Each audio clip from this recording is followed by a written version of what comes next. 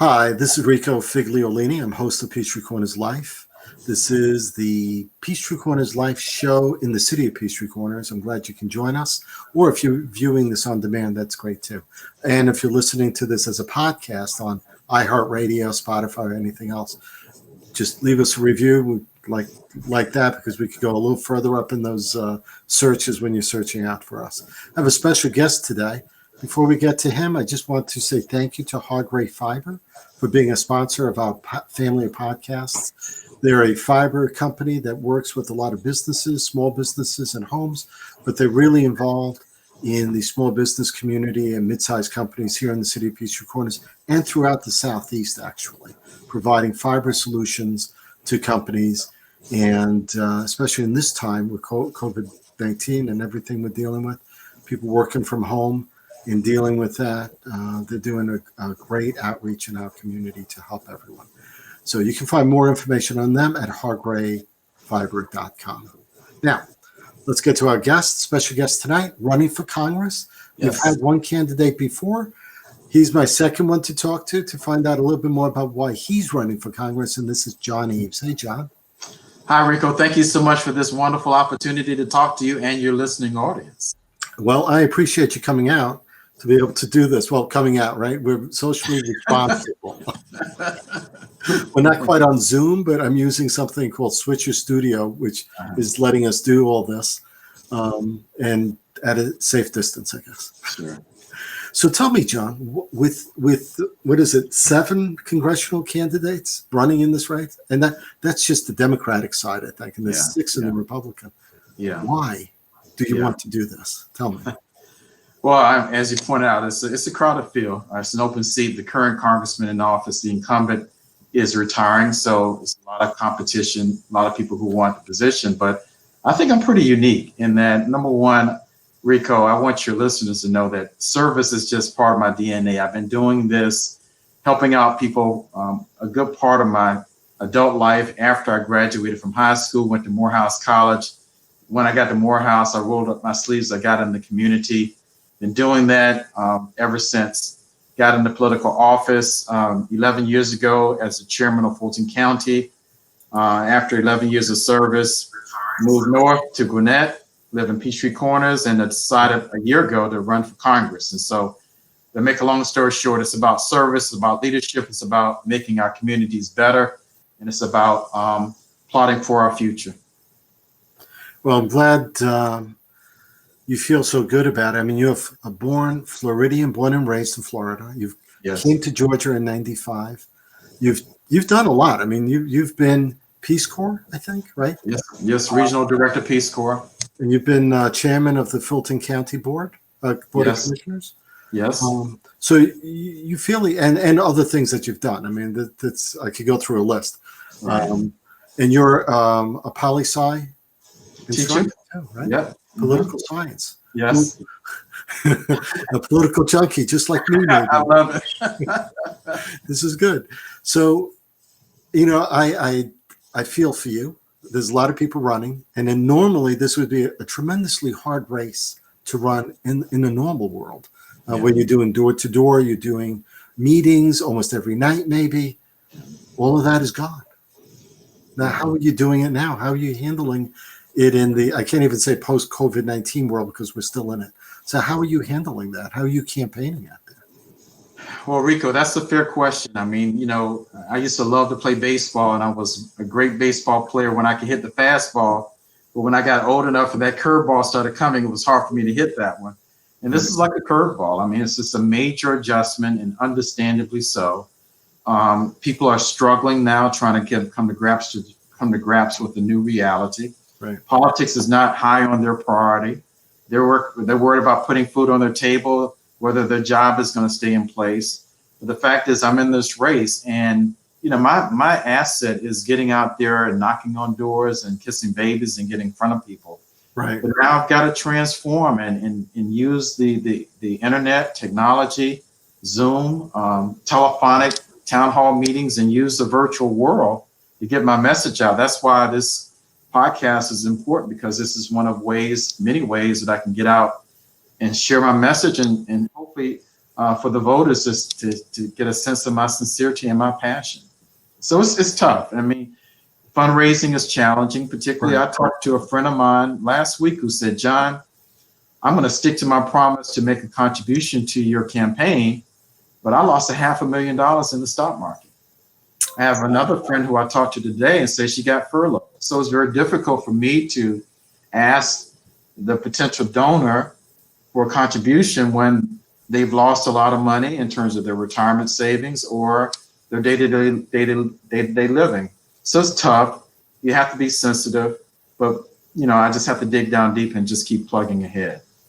You know, what's interesting, as you were saying that, I'm thinking, I mean, I used to be part of campaigns in New York and Brooklyn when I was younger. Did some stuff here early in late 1990s, early 2000s. Politics cost money. I mean, you have to spend the money in signage and all this stuff. All that really goes away. The only thing that doesn't go away really is mailings, maybe, right? Mm-hmm. The only two ways you can reach anyone is through virtual world, like a Zoom, or a town hall virtual world, right? Right. Most of that doesn't cost a lot of money to do in this world, right? Right. So at least that's a saving grace, maybe. It is. And I mean, so the conventional wisdom, marketing as well as running campaigns, is you have to touch people so many times, and so that sort of this magical number is 7 times, believe it or not. You hit them with you touch them with a mailer, you touch them with a phone call, you touch them with a handshake, and after 7 times they remember the name John, they remember the name Rico. Right. But I think that, yes, there's a new reality that we have to adjust to. And so how can we really reach people through the virtual world and it's still as intimate and informative and personable? So to your point, there's no cost to this, but you also have to compete with everybody else who's also using these platforms to get their message out. That's right.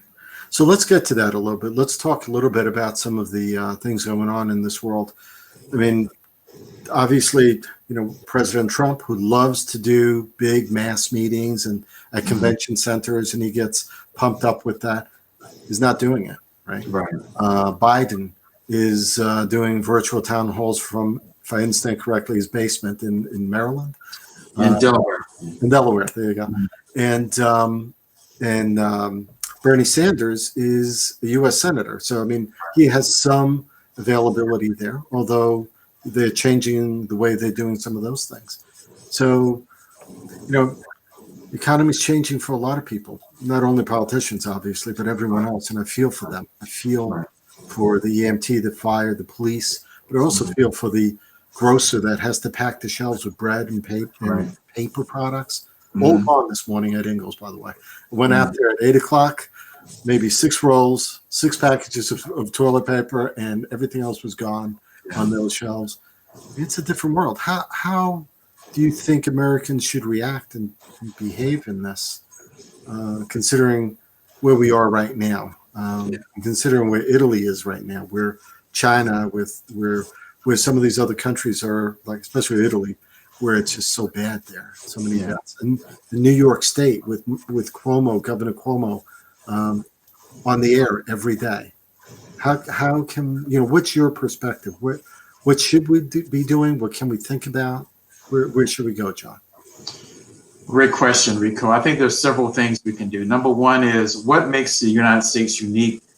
For me, having traveled around the world, whether it's in Europe or Africa, South America, or Asia, people often remark that what they like about Americans is sort of this spirit that we have in terms of looking out for our brothers and our sisters. And I think that now the tendency is to be inward, support our own, protect our own, but I also think that we also have to do a two-way street in terms of making sure that we can support our brothers and our sisters who are neighbors, and even people who are outside of our neighborhood. So I think that's sort of a esprit de corps in terms of helping others is one of the things that we must hold on to. But I think that over and beyond that is, I think there will be sort of an assessment of how we operate as Americans in this society. If any other crisis like this comes about, how can we make sure that our healthcare system is a lot more robust and responsive? because the way I see it right now, there is a fractionalization of our health care delivery system, and that's why it's so challenging right now to get the resources that are needed to help people out right now. So I think there's going to be a reevaluation of our healthcare system. I also think there's an opportunity for us to really critically look at our society and the great inequities that are present between the haves and the have-nots.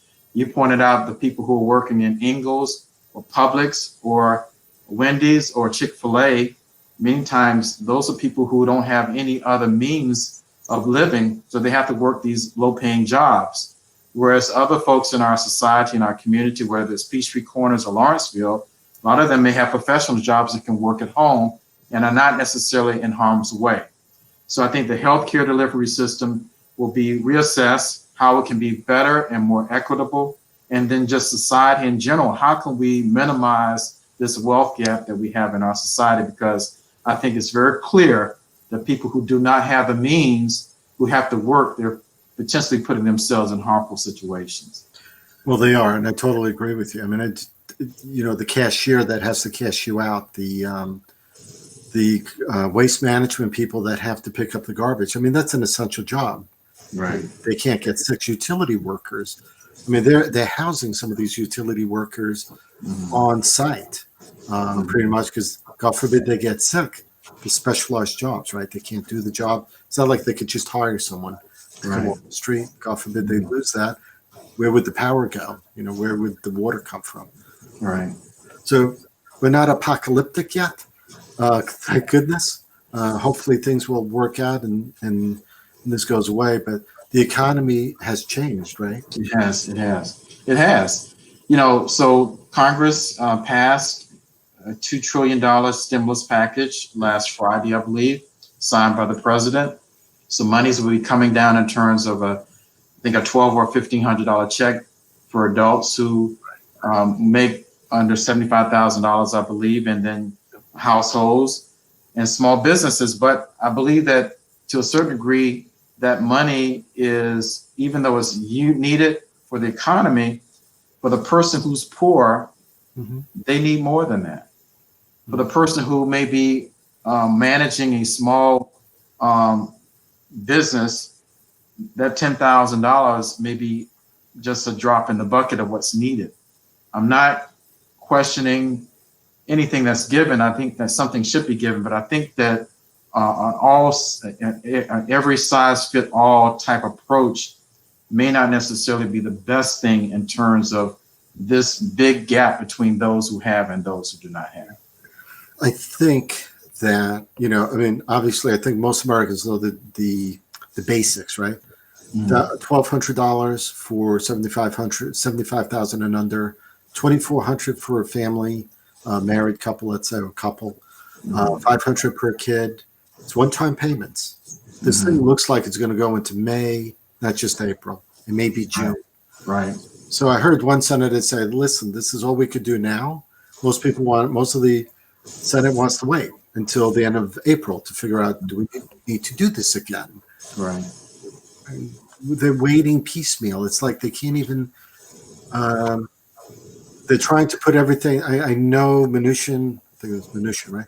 He wanted to put the dollars in your pocket as fast as possible. This is why it's so basic. That's why unemployment is so basic too, right? If you collect unemployment, they'll just plop on another $600 on top of it. But, and expand it. But is there more they can do? I mean, should they be doing something? What in addition to this, they're going to ultimately pass some more legislation. I mean, that's what's going to happen. I think anyone thinking that it's not as naive. We're going to spend another couple or $3 trillion more after this, shortly within the next 60 days, I bet. What do you think should be in that next bill? Well, I think the way you described it, I think it's right.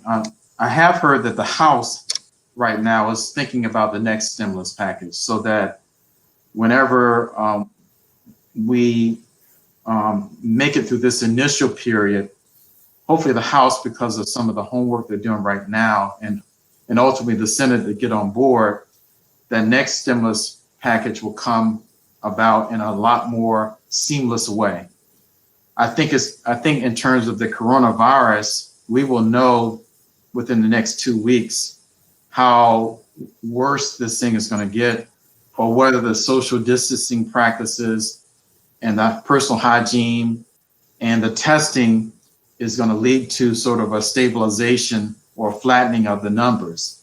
So I think the next 2 weeks are crucial in terms of how long this thing will persist and what will the continued impact will be on the economy. So hopefully they are discussing, negotiating, crafting up with some sort of next step, next phase stimulus that will come in place maybe as early as May or June, so that this initial outlay that goes will carry us at least for the next 2 months.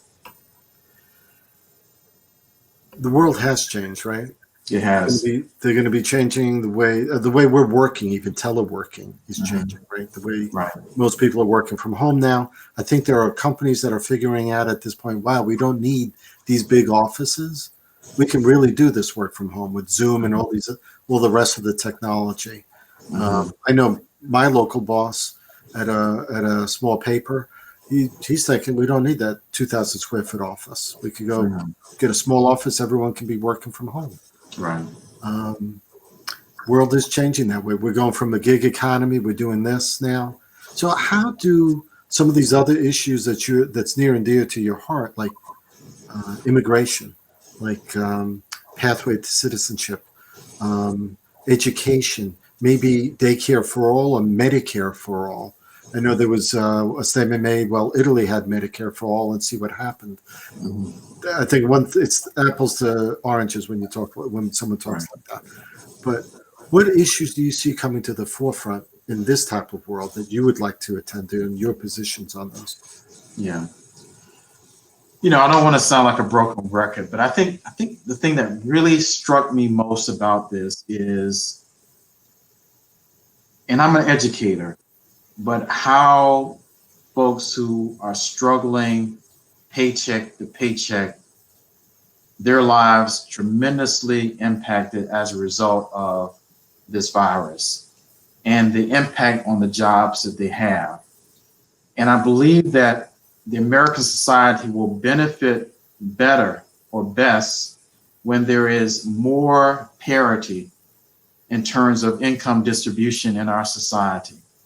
And I think that there's got to be some series of strategies that are going to right the ship in terms of this imbalance, whether it's in a more robust public education system, whether it is pay wages, minimum pay wages, a raising of the minimum wage, or whether it's job readiness training in more highly specialized areas that are better paying than they currently are. And you mentioned about how the workforce or the workplace may change. I think that there will be more of a demand for specialized skills.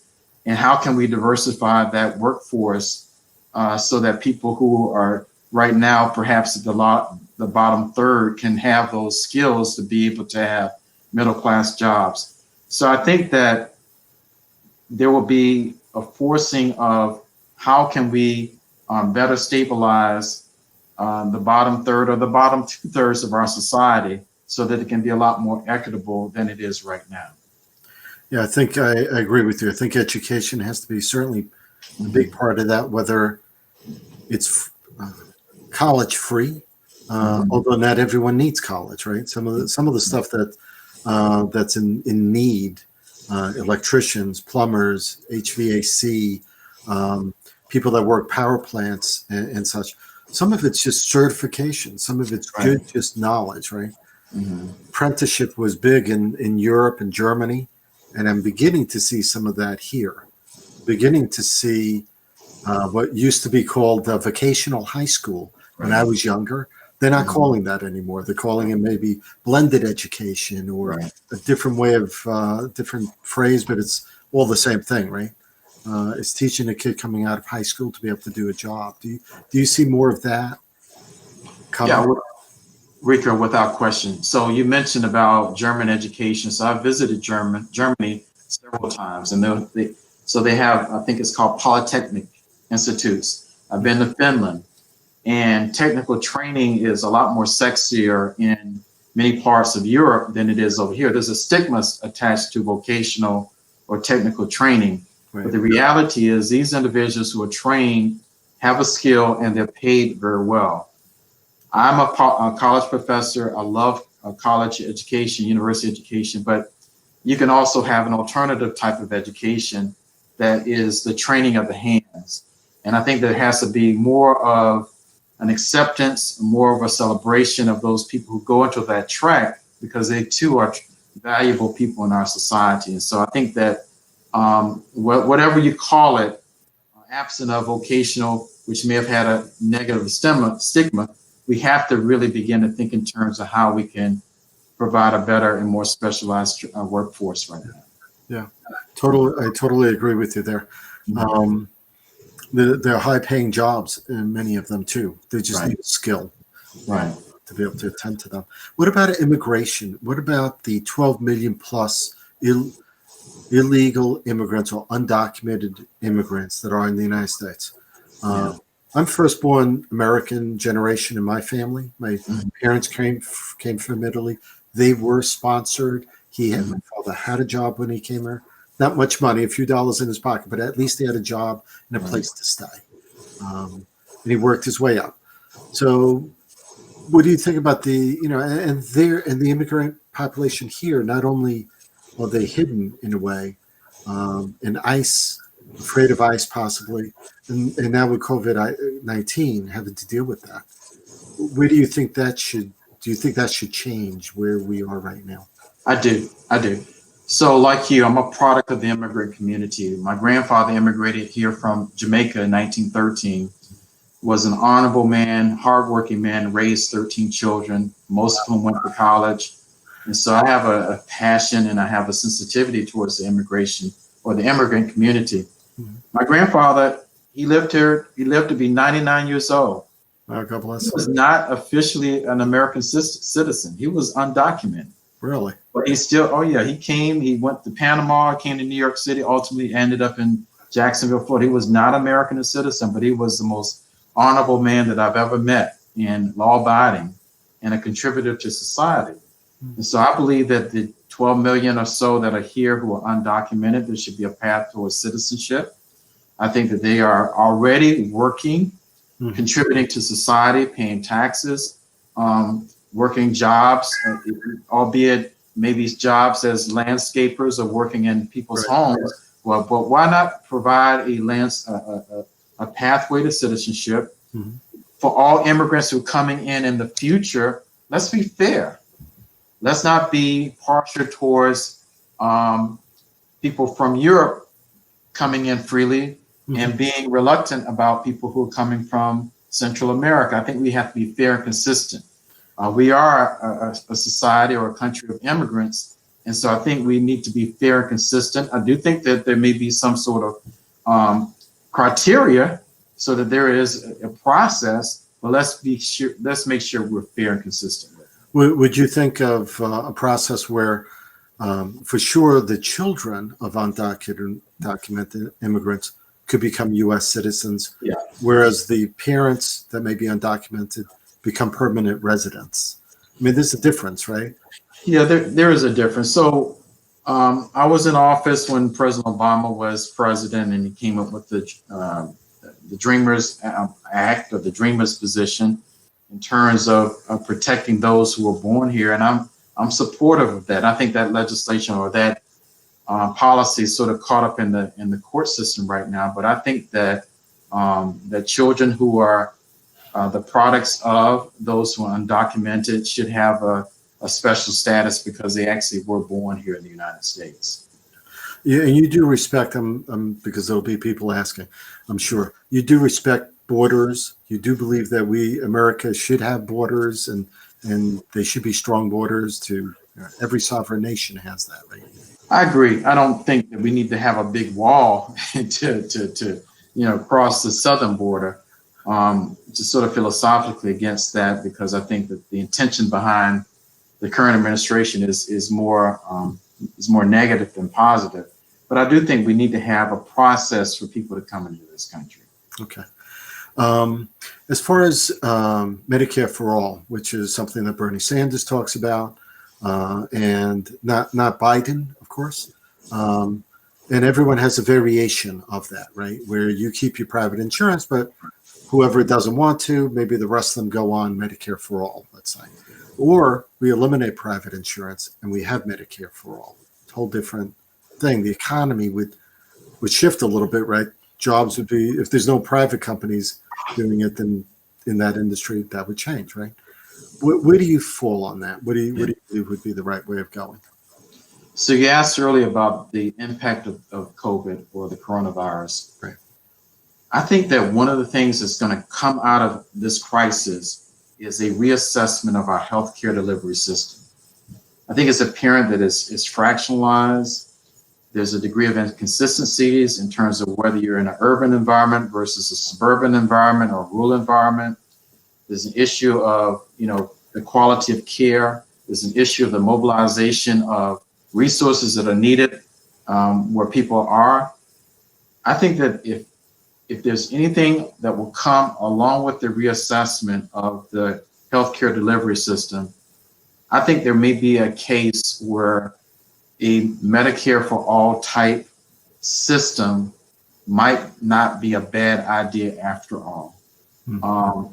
As a member of Congress, I'm going to commit myself to being a part of the conversation of how do we get there.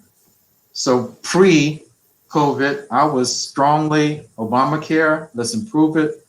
But now that I'm in the midst of COVID, it's like, you know what? That it may need to be something a little bit more stronger and consistent than what we have in place. Mm. And even if we try to tweak what we have in place, maybe the aspirational Medicare for all that Bernie Sanders and to a lesser degree Elizabeth Warren was saying might not be a bad idea. Let's see how we can work towards that over a course of X number of years. Yeah. Because I think Germany has a nationalized system. I think France has a nationalized system. I'm not sure about Italy, but I know Germany does. And they've dealt with the coronavirus a lot more effectively than we have. Yeah. Well, yeah. I think culturally, too, it's a little different, though. I agree. I mean, there's some nuances. I mean, in terms of the culture and the lifestyle, whatever, of the people. Yeah. But I do think that there may be some degree of an answer that's a little bit better than what we've been doing right now. And no one's saying that the government will be socialist government. No one's saying we're not going to have a capitalist system, a free market system. We're just talking about one segment of what we do, and we do really well, that maybe we could do well for everyone else in this country, no? Right. Yeah. Right. And I mean, the one thing that I keep looking at is one of the things is that, with the undocumented immigrants, number one, they can't afford insurance. They don't have insurance. Right. They're maybe afraid to go to the hospital or to get checked for coronavirus. And that's not a good place to be as a country, right? It's not a good place to be, especially with all the resources. Yeah. Excuse my cat. You have company. She's going off on me. So, we've discussed, we've gone around about a lot of different issues. Is there another issues, John, that you would like to talk about and get into this as well?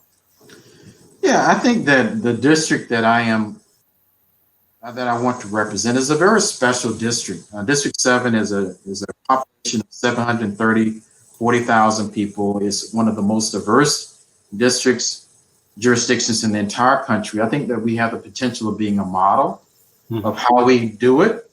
And I think that diversity is wonderful, but I also think it's important for us to have what I call inclusion. So how can everybody be at the table in terms of really supporting and benefiting from all the services that are present within District 7? And I have a history of bringing people together and working towards a common goal. And I do believe that the leadership that I can provide, along with the representation that I can provide, can really work towards making District 7, which is 80% of Gwinnett County and about 20% of Forsyth County, a model district for the entire nation in terms of being a model, not just diversity, but also inclusion. What do you think about the fact that the state had to move, obviously because of the situation, the primary to May 19th, and now we're mailing 6 point something million absentee ballots. Now, some people get confused. They might think that's the ballot, but that's actually requesting a ballot. Mhm. Do you think that's going to be complicated? How do you think? Do you have confidence in the system at this point? That's a fair question. I'm a little conflicted. For me, having served as a chairman of a county government, and I have experience where you change a precinct from a library to a school, and the confusion that comes with the changing of a precinct where a person goes. Mm-hmm. If that is confusing to some of our electorate, this whole process that we're doing right now can be confusing. And so I think it's an effort to try to mitigate a tough situation, but I'm not sure if it's a perfect solution to the situation. Yeah. I think that we have to almost consider, Rico, potentially pushing this whole election date back into June, perhaps. Wow. Just seeing how the coronavirus unfolds, and ideally there's a degree of stability in our society, Mm-hmm. maybe even a little bit more freedom of movement, and along with the mailing of the ballots in some sort of controlled way, still providing the opportunity for people to go into a precinct. Because I just think that at this point, solely relying on mailing it may not be successful. I think there is the ability to. I think Georgia will still keep the ability for voting in person, starting April 27th. I don't know how that would work. Yeah. You got to be 6 feet apart. You can't have more than 10 people in a location unless they change that by that point. But I don't. Yeah, that's the issue, Rico. I think I'm not a betting person and I'm not an odds person, but I think that from where I sit, there may be a strong possibility of pushing this thing off a little bit further. Yeah, seems to be. It's it's changing every day. So who knows where we're going to be? Certainly, it's tough for you, tough for every candidate to get out their message, especially when it's such a crowded field too. That's not easy to begin with in a normal election. So I feel for you. I hope that you can get your message out. We're at the end of our time together. So what I want to ask you is this: I want you to be able to. What I always say, you should ask for the vote. Sure. So give you 1 or 2 minute elevated speech, if you will, ask for that vote, and tell people where they can find more information about you. Well, first of all, again, Rico, thank you for the opportunity to speak to your audience. Give me an opportunity to let people know who I am. So once again, John Eaves, and I'm running to be the next representative of District 7, Gwinnett County, Forsyth County in Congress. And this is an opportunity for the citizens of the district to vote and elect a leader. I think that leadership matters, and I certainly have the background, 11 years of running a major local government in the state of Georgia and the metropolitan Atlanta area, strong track record, strong professional and personal and academic credentials. But more importantly, I certainly have a desire to serve and lead and to represent. And so, friends, I'm going to be running on a platform of a stronger healthcare delivery system, accessibility and affordability of healthcare for all citizens of our district, as well as the entire country, smart immigration policy, smart, fair gun control policy, transit, even though we talked a little bit about the workforce changing, to me, transit is still important. We are part of a region. And for Gwinnett County to not be connected by way of a regional transit system, I think is a mistake. So I'll be a proponent of that.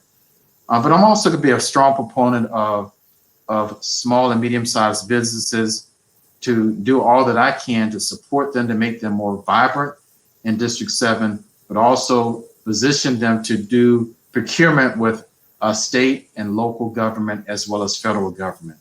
So I'm very excited about my candidacy. I've been running for the past year. I've had a chance to go to constituencies and neighborhoods throughout the district. We truly have a very special district, and I think that most citizens right now are hungry for somebody who's a leader, who can provide strong leadership and be a great representative. So again, my name is John Eaves. Check me out by going to my website, which is Eaves, EAVES, FOR, Eaves for Congress.com. So Rico, thank you so much for the opportunity, and I look forward to hearing from your listening audience. Sure. Hang in there with me for a second. I'm just going to sign off with everyone and tell them where to find some information. I want to thank everyone for joining me. I just noticed that state of Georgia just went over 4,000 coronavirus identifications. So be safe out there. I've been out there wearing surgical gloves, going shopping at Ingles and Publix, and it's not a lot of people out there. They're there early morning, so just be safe out there. Be thankful when you see the fire and the police and the EMTs out there. Even the people manning the grocery stores, the supermarkets, they're there for us. People putting on the lights at night, the water that we drink. Just a lot of things, that cascading effect of what's going on. Even though we may be working from home, there are people working out in the streets to make sure that our world is still out there. So be safe and be good, and just be thankful. And I echo those comments. Thank you so much, Rico. Thank you. See you guys.